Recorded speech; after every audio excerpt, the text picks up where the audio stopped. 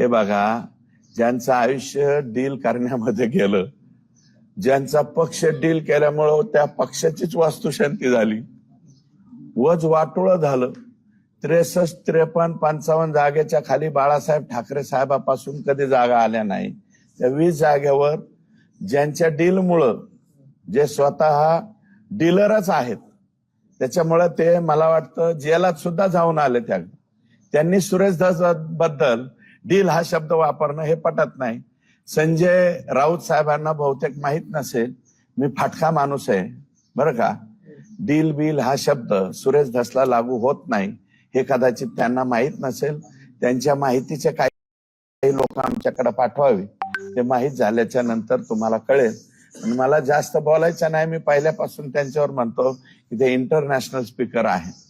त्या इंटरनॅशनल स्पीकरवर यापेक्षा अधिक मी काही बोलत नाही.